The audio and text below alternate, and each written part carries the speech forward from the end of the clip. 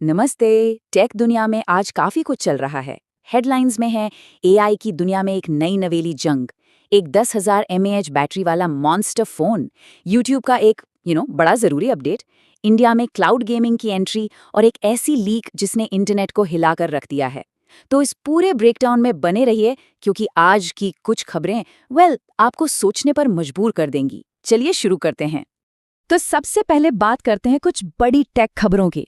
इस सेक्शन में हम कवर करेंगे एआई, गेमिंग और हाँ, कुछ कानूनी मामले भी। शुरुआत करते हैं ओपन एआई के एक नए और काफी पावरफुल टूल के साथ। ये model drug discovery, translational medicine और बायोकेमिस्ट्री जैसे एडवांस्ड फील्ड्स के लिए बनाया गया है। आसान भाषा में कहें तो इसका मतलब है कि एआई अब बीमारियों के इलाज और नई दवाइयां बनाने में साइंटिस्ट्स की सीधे तौर पर हेल्प करेगा। मतलब एआई अब सिर्फ मजेदार चीजें नहीं बल्कि जान बचाने वाले काम भी करेगा। ये एक बहुत बहुत बड़ा कदम है।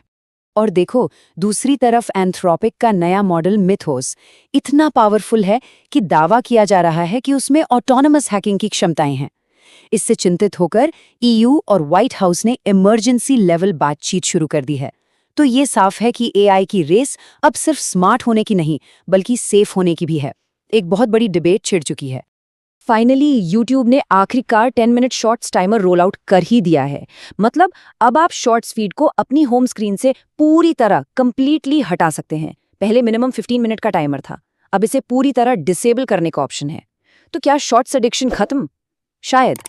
इंडियन गेमर्स के लिए एक बहुत बहुत बड़ी खबर है। एनवीडिया जीफोर्स नाउ इंडिया में अर्ली एक्सेस में लाइव हो गया है। इसका मतलब अब 4,500 से ज्यादा पीसी गेम्स स्ट्रीम किए जा सकते हैं, वो भी सीधे मुंबई बेस्ड RTX 580 सर्वर्स से। परफॉर्मेंस प्लान 90 दिन के लिए 999 रुपए का है और अल्टीमेट प्लान 1,999 रुपीज का। जिनके पास लो एंड लैपटॉप्स है ना, उनके लिए ये एक एब्सोल्यूट गेम चेंजर साबित हो सकता है। और अब एक ऐसी खबर जो थोड़ा टेंशन क्रिएट कर सकती है। मोटोरोला ने बेंगलुरु कोर्ट में क्रिएटर्स और प्लेटफॉर्म्स के खिलाफ एक मुकदमा दायर किया है। कंपनी का आरोप है कि उनके प्रोडक्ट्स के बारे में गलत रिव्यूज, मैलफंक्शन वीडियोज और बॉयकॉट कैंपेन्स चलाए जा रहे हैं। अगर ये केस आगे बढ़ता है तो इसका इंडिया के टेक रिव्यू कम्युनिटी पर बहुत गहरा असर पड़ सकता है, जिससे आने वाले रिव्यूज के तरीके और उनकी आज़ादी पर भी सवाल उठ सकते हैं। जहां एक तरफ कंपनीज रिव्यूअर्स से लड़ाई कर रही हैं, वहीं दूसरी तरफ मार्केट में ढेर सारे नए फोन भी लॉन्च हो रहे हैं। चलिए, इस सेक्शन में हम देखेंगे वीवो, रेडमी, M+ और OnePlus के नए डिवाइसेस। तो वीवो ने कंफर्म कर दिया है कि X300 अल्ट्रा और X300 FE इंडिया आ रहे हैं। अल्ट्रा मॉडल में 200 MP का main sensor, Snapdragon 8 elite Gen 5 chipset और जाइस के ट्रिपल कैमरास मिलेंगे। इसका लॉन्च 7 मई को है और सेल्स 14 मई से शुरू होंगी। मतलब कैमरा के शौकीन तैयार हो जाएं। अब जरा इस पर गौर कीजिए। Vivo Y600 Pro को ऑफिशियली टीज किया गया है एक 10,000 mAh बैटरी के साथ। जी हाँ, आपने सही सुना, एक स्मार्टफोन में 10,000 mAh। इसका कैमरा 50 MP का होगा और इसका लॉन्च मई में चाइना में एक्सपेक्टेड है। मतलब एक पावर बैंक फोन जल्द ही आने वाला है। बजट सेगमेंट में कंपटीशन और भी तगड़ा हो रहा है बॉस। Xiaomi 21 अप्रैल को Redmi A7 सीरीज इंडिया में लॉन्च करने वाला है, जिसमें 120 हर्ट्ज डिस्प्ले और 6,300 mAh बैटरी एक्सपेक्ट की जा रही है। साथ ही AI Plus Nova 2 Ultra 5GB launch हो गया है। इसकी कीमत है 14,999 रुपए। इस प्राइस में मिलता है Dimensity 7400 processor, 1.5K 120 hertz AMOLED display और 6,000 mAh बैटरी। तो बजट किंग की लड़ाई शुरू हो चुकी है। और हाँ, OnePlus Pad 4 भी लॉन्च हो चुका है। इसमें है स्नैपड्रैगन 8 एलीट Gen 5 चिपसेट और इसका Antutu स्कोर सुनिए 4.1 मिलियन है। इसके अलावा इसमें 12GB तक रैम, 512GB स्टोरेज और OnePlus Stylo Pro का सपोर्ट भी है। ऐसा लगता है टैबलेट मार्केट अब काफी सीरियस हो रहा है। अब इन लॉन्चेस के बाद चलो नजर डालते हैं आने वाले फोन्स की लीक्स पर, जो हमें भविष्य की एक झलक देते हैं। शुरुआत करते हैं एप्पल की एक बड़ी खबर से। खबर ये है कि एप्पल ने iPhone 18 Pro और Pro Max के लिए वेरिएबल एपर्चर कैमरा का प्रोडक्शन शुरू कर दिया है। इसका मतलब है कि कैमरा का लेंस आने वाली लाइट और डेप्थ ऑफ फील्ड को फिजिकली कंट्रोल कर सकेगा। सिंपल शब्दों में इससे बैकग्राउंड को ब्लर करके सब्जेक्ट पर फोकस किया जा सकता है, बिल्कुल DSLR कैमरा की तरह।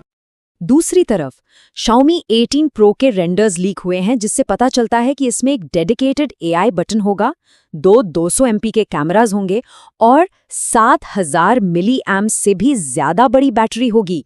इसका लॉन्च सितंबर 2026 में एक्सपेक्टेड है।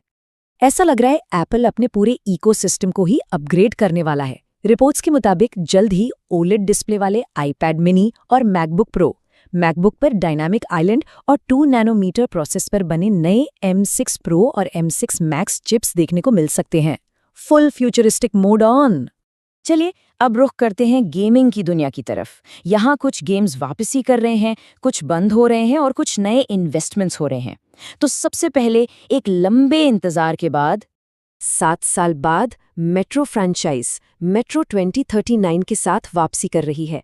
इसमें सबसे बड़ा बदलाव ये है कि पहली बार इस सीरीज के मुख्य किरदार की अपनी आवाज होगी। मेट्रो गेम्स हमेशा से अपने साइलेंट प्रोटैगनिस्ट के लिए जाने जाते हैं, इसलिए ये बदलाव स्टोरी को एक बिल्कुल नए लेवल पर ले जा सकता है। एक दुख भरी खबर में एक्टिविजन ने ऑफिशियली वॉरजोन मोबाइल के सर्वर्स बंद कर दिए हैं। मोबाइल बैटल रॉयल प्लेयर्स अब दूसरे गेम्स की तरफ रुख कर सकते हैं। End of the line for this one. लेकिन एक पॉजिटिव खबर भी है।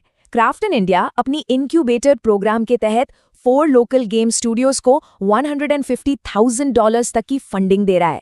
इससे साफ है कि इंडियन गेमिंग इकोसिस्टम अब और भी मजबूत हो रहा है, which is great news.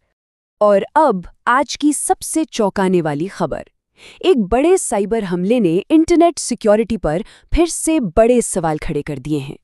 Hacker group shiny hunters ने एजुकेशन पब्लिशर मग्रॉ हिल के 13.5 मिलियन यानी 13.5 मिलियन यूजर रिकॉर्ड्स लीक कर दिए।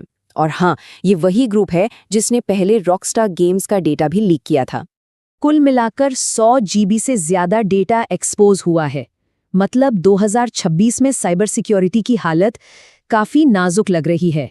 Absolute chaos. ओके, अब कुछ खबरें जल्दी से। सैमसंग गैलेक्सी S26 को बेहतर थर्मल्स और गेमिंग परफॉर्मेंस के लिए सराहा जा रहा है।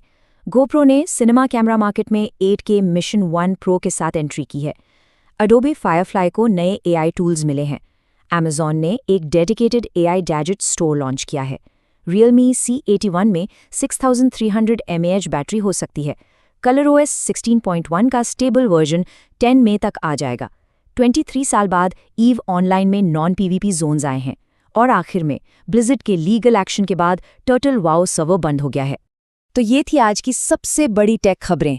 इनमें से कौन सा अपडेट आपको सबसे ज्यादा इंटरेस्टिंग लगा? कमेंट सेक्शन में जरूर बताएं। क्या वो 10,000 mAh वाला फोन है, या YouTube शॉर्ट्स को बंद करने का ऑप्शन, या फिर AI हैकिंग का विवाद? अगर आपको ये टेक ब्रेकडाउन पसंद आया तो इसे लाइक करें और आगे भी ऐसे अपडेट्स के लिए चैनल को सब्सक्राइब करें। अगले अपडेट में मिलते हैं। धन्यवाद।